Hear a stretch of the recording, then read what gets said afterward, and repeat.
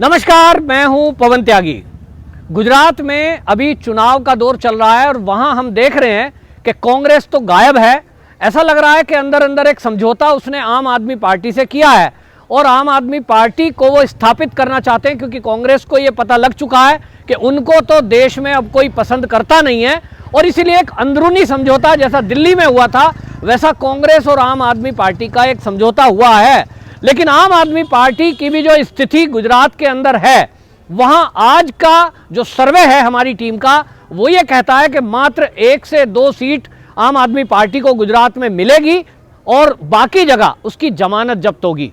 इसी बौखलाहट में अरविंद केजरीवाल जी को हम देख रहे हैं कि नित्य प्रति एक एक नया झूठ बोलते हैं, कुछ जहर भरी भाषाएं बोलते हैं, कुछ उनके मंत्री इस तरह का काम करते हैं जैसा दिल्ली में हमने देखा कि राजेंद्र गौतम नाम के उनके एक मंत्री हैं, उन्होंने सामूहिक धर्मांतरण कराया। अब वो उसको रिकवर करने के लिए जो उन्होंने गलती की है, जो वहाँ काम हुआ, वो कहते हैं कि साहब मैंने तो जो 22 प्रतिज्ञाएं हैं उनको दोहराने वाले कार्यक्रम में मैं शामिल हुआ हूँ। लेकिन सवाल ये है कि उन्होंने वहाँ जो बातें बोली थी, क्या उन बातों को बोल सकता है कोई? उन्होंने ये कह दिया था कि हिंदू धर्म को मानने वाले लोग वो गद्दार हैं। तो ये आम आदमी पार्टी का एक सोचा समझा एक बयान था जिसके कारण उनको लगता है कि गुजरात में उनको इसका कुछ लाभ मिल सकता है। लेकिन अभी एक और एक नया बयान आम आदमी पार्टी के गुजरात प्रदेश अध्यक्ष का आया। गुजरात में गोपाल इटालिया जो अध्यक्ष हैं प्रदेश के, उनका एक बहुत आपत्तिजनक बयान आया है और उन्होंने मोदी जी को नीच आदमी तक कह दिया। तो भाषा जो बोल रहे हैं, मैं तो इस चैनल पर बोल भी नहीं सकता, मोदी जी के लिए बहुत ही आपत्तिजनक शब्द का इस्तेमाल किया है उन्होंने। और एक तरह से आप देखेंगे कि जिस तरह से मणिशंकर अय्यर ने एक बार मोदी जी को बहुत ही नीच आदमी शब्द का इस्तेमाल किया था और उसके बाद कांग्रेस का क्या हाल देश की जनता ने किया, ये सबके सामने है। आम आदमी पार्टी का जो प्रदेश अध्यक्ष है गुजरात का, वो मोदी जी को नीच आदमी कहता है। वहीं आपको बताएं, केजरीवाल जी एक सभा में ये बोल रहे थे कि मेरा जन्म जन्माष्टमी के दिन हुआ है और ये जो कंस हैं इनका विनाश करने के लिए मैं आया हूं। यानी उसका भी कहना मोदी जी को लेकर था और वो ये कह रहे थे कि गुजरात के अंदर जो भाजपा के लोग हैं, मैं भाजपा का विनाश करने के लिए आया हूं, जो कंस हैं उनका विनाश करने के लिए आया हूं। इसके बाद गुजरात की भूमि पर उनका विरोध हुआ, क्योंकि गुजरात में मोदी जी की जो छवि है वो किसी से छुपी नहीं है। लगातार वहां जो सरकार बनती जा रही है वो मोदी जी के काम पर, नाम पर नहीं है, मोदी जी के काम पर वोट पड़ता है। और जिस तरह के गुजरात का विकास हुआ है, उस गुजरात मॉडल की भारत ही नहीं तो विदेशों में भी चर्चा होती है और इसके कारण से गुजरात की जनता वहां लगातार भारतीय जनता पार्टी को सत्ता की चाबी सौंपती आई है। लेकिन गुजरात में जिस तरह की बयानबाजी ये अरविंद केजरीवाल कर रहे हैं, वहां फ्री में मैं 1000 रुपया दूंगा, मैं फ्री में अयोध्या की यात्रा कराऊंगा, वो कहते हैं फ्री में तीर्थों की यात्रा कराऊंगा। जो उन्होंने फ्री रेवड़ियां बांटकर दिल्ली की सत्ता हासिल की थी, उनका विचार है कि गुजरात में भी गुजरातियों को फ्री ऑफर दूंगा तो वहां की जनता भी लालच में उनको सत्ता सौंप देगी। लेकिन जो सर्वे हैं वो ये बता रहे हैं कि जिस तरह की बयानबाजी अरविंद केजरीवाल कर रहे हैं उनको वहां सफलता नहीं मिलनी है, क्योंकि हर देशवासी, हर राज्य के व्यक्ति दिल्ली जैसे नहीं हैं। गुजरात के व्यक्ति स्वाभिमानी हैं और इसलिए उन्होंने तय कर दिया कि हमको ना फ्री की बिजली चाहिए, ना हमको फ्री का पानी चाहिए, ना हमको कोई लोन माफ कराना है और फ्री रेवड़ी हमको चाहिए नहीं। हमको मोदी जैसा और बीजेपी जैसा एक शासन करने वाला एक राजनीतिक दल चाहिए जो विकास करे, विकास की बात करे। तो इसलिए ये बौखलाहट है। और जब गुजरात की धरती पर इस बात का विरोध हुआ कि जिस तरह से आप सामूहिक धर्मांतरण कराते हैं, जिस तरह से उनके एक केजरीवाल के मंत्री हिंदू धर्म के विरुद्ध बहुत आपत्तिजनक बयान देते हैं, कस्में खिलवाई जा रही है, उसके बाद उनका विरोध हुआ और विरोध में जो पोस्टर लगाए गए, उसके बाद केजरीवाल जी ने प्रेस कॉन्फ्रेंस की और सभा में भी बोला। उन्होंने बोला कि ये तो देखिए अपमान कर रहे हैं और मेरा अपमान करना माने भगवान का अपमान करना। अब इस पर भी लोग सवाल कर रहे हैं कि केजरीवाल जी आपने ये कैसे बात बोल दी कि मेरा अपमान करना माने भगवान का अपमान करना है? आप क्या भगवान हैं? आपका अपमान किसने कर दिया? आपने, जो आपकी पार्टी के नेता हैं, अब आप समझ लें कि किस तरह का कार्यक्रम दिल्ली में हुआ, उससे किसी को आपत्ति नहीं है। बौद्ध भिक्षु आकर के अगर कोई अपनी 22 जो उनका कंडीशन है, जो शर्तें हैं, जो उनके शपथ हैं, उनको अगर दोहराते हैं, इससे किसी को आपत्ति नहीं है।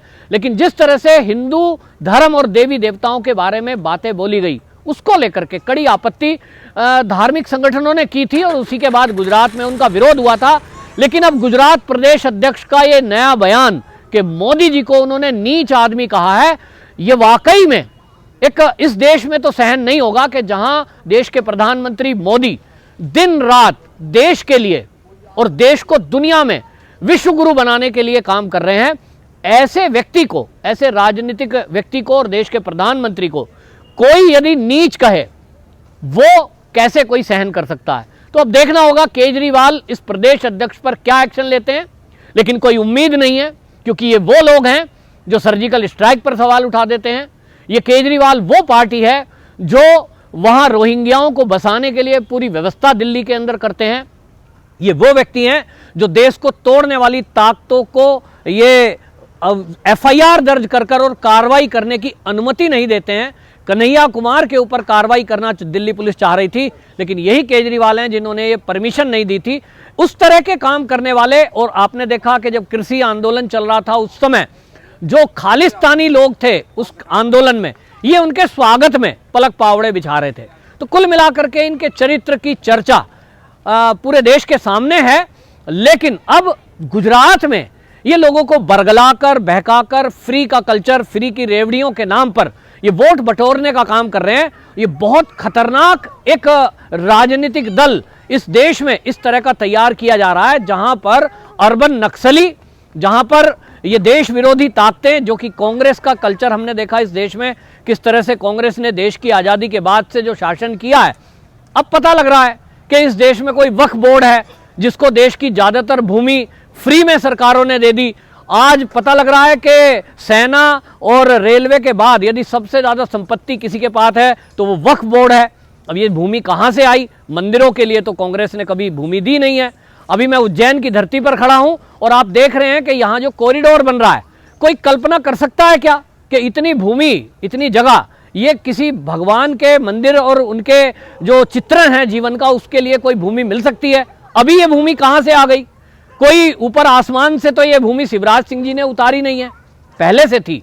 भावना और आपका भाव ईश्वर के प्रति, देवस्थानों के प्रति, ये महत्व रखता है, जो कांग्रेस में कभी दिखाई नहीं दिया। और जो देश विरोधी ताकतें हैं, जो हिंदू विरोधी ताकतें हैं और हिंदुत्व विरोधी ताकतें हैं, उन्हीं को बढ़ावा दिया गया। हमेशा आप देखेंगे कि राहुल गांधी जो बयान देता है, उसका बयान आप देखेंगे तो वो आरएसएस को टारगेट करते हैं। वो बोलेंगे आरएसएस को बैन करिए, ये आरएसएस वाले हैं, ये संघी है। जबकि संघ जो समाज और देश की सेवा करता है, वो पीएफआई से तुलना करते हैं। किसी संघ के कार्यालय में क्या कभी कोई ऐसा दस्तावेज मिला है जिससे पता लग रहा है कि वो अलग एक देश बनाना चाहते हैं और वो यहाँ के अल्पसंख्यक या बाकी लोगों को भगाना चाहते हैं? क्या वो कोई आतंकवादी घटना में शामिल हैं? जबकि पीएफआई के लोग जो पकड़े गए हैं एनआईए के द्वारा, उसमें सारे वो दस्तावेज मिले हैं। तो ये हमने कांग्रेस का कल्चर देखा है, और वो सब अब जो क्या हो गया है कि इस देश में कांग्रेस को नकार दिया गया है पूरी तरह से। तो अब उनको लगता है कि इस देश की सत्ता भाजपा पे ना चली जाए, ये संघ के लोग जो सत्ता में आएंगे, ये तो देश हित की बात करेंगे, भारत को विश्व गुरु बनाने की बात करेंगे, तो इनको कैसे रोका जाए? खाओ खिलाओ वाली नीति पर काम करने वाले लोग सब एक साथ मिलकर के, ये जो विपक्ष है इस देश का, इकट्ठे हो गए हैं। और उसे जो इकट्ठे हुए हैं, इनका सबकी एक ही मंशा है। आप देश के जितने विपक्ष को आप देखेंगे, केजरीवाल गुजरात में जो बोल रहे हैं, उनके दो मंत्री जेल के अंदर, एक मंत्री जेल के अंदर बंद है, दूसरा जाने वाला है। और शराब घोटाला हो या भर्ती घोटाला हो, और जिस तरह से अभी तो अमानतुल्ला खान जो वहाँ पर जो उनका वक्फ बोर्ड और बाकी चीज़ों में उसने घपले घोटाले किए हैं, ये फंसे हुए हैं। इसी तरह आरजेडी एक विपक्ष में मिला हुआ है, उनके पूरा परिवार जेल के अंदर जाने वाला है। कांग्रेस में राहुल गांधी, सोनिया गांधी जमानत पर हैं, कभी भी जेल हो सकती है। महाराष्ट्र में अगर चले जाएं तो एनसीपी के नेताओं के ऊपर भ्रष्टाचार के केस हैं, दो मंत्री जेल में हैं। इस तरह के जो ये विपक्षी लोग हैं, सब अरबों करोड़ों रुपए के भ्रष्टाचार में ये दोषी हैं और इनके ऊपर केस चल रहे हैं। और इनको लगता है कि मोदी जी यदि सत्ता में वापसी करते हैं, यदि राज्यों में भाजपा की सरकारें आती रहेंगी तो इनको खाने का मौका नहीं मिलेगा, नौकरी ये करते नहीं है, दुकान व्यापार कोई इनका है नहीं, तो भूखा मरेंगे। और इसलिए क्या करें, मिलकर के इस भाजपा को टारगेट करें और उसके लिए इनको जितना भी नीचे जाना पड़ेगा उतना नीचे ये जाते हैं। देश को तोड़ने के लिए, जाति और धर्म में लड़ाने के लिए ये इस तरह के हथकंडे अपनाते हैं जो दिल्ली में अरविंद केजरीवाल के एक मंत्री ने किया है। ये समाज को बांटकर सत्ता हासिल करने के लिए कुछ भी कर सकते हैं, किसी भी निचले स्तर तक जा सकते हैं। दिल्ली में हमने देखा है कि वहां किसान आंदोलन जो हुआ, फिर उसके बाद वहां देखें कि सीए के प्रोटेस्ट में जो दिल्ली जलाई गई और जो दिल्ली के दंगे हुए, उस सब के पीछे ये राजनीतिक दलों की सपोर्ट थी। अब गुजरात की जनता इस बात को समझती है और इसीलिए ये बौखलाहट में उल्टे सीधे बयान दे रहे हैं। मोदी जी को जितनी भी गाली दीजिए, मोदी जी तो कह चुके हैं मुझे ये गालियां फलती हैं, मेरी उतनी ताकत बढ़ती है। तो मोदी जी को नीच कहा गया है प्रदेश अध्यक्ष के द्वारा, आम आदमी पार्टी के गुजरात प्रदेश के। इसका अब प्रदेश की जनता इसका चुनाव में जवाब देगी निश्चित रूप से। अब ऐसी पार्टियों को, ऐसे राजनीतिक दलों को सबक सिखाने का समय है जो देश में देश विरोधी ताकतों की सपोर्ट से सत्ता प्राप्ति करना चाहते हैं। वंदे मातरम।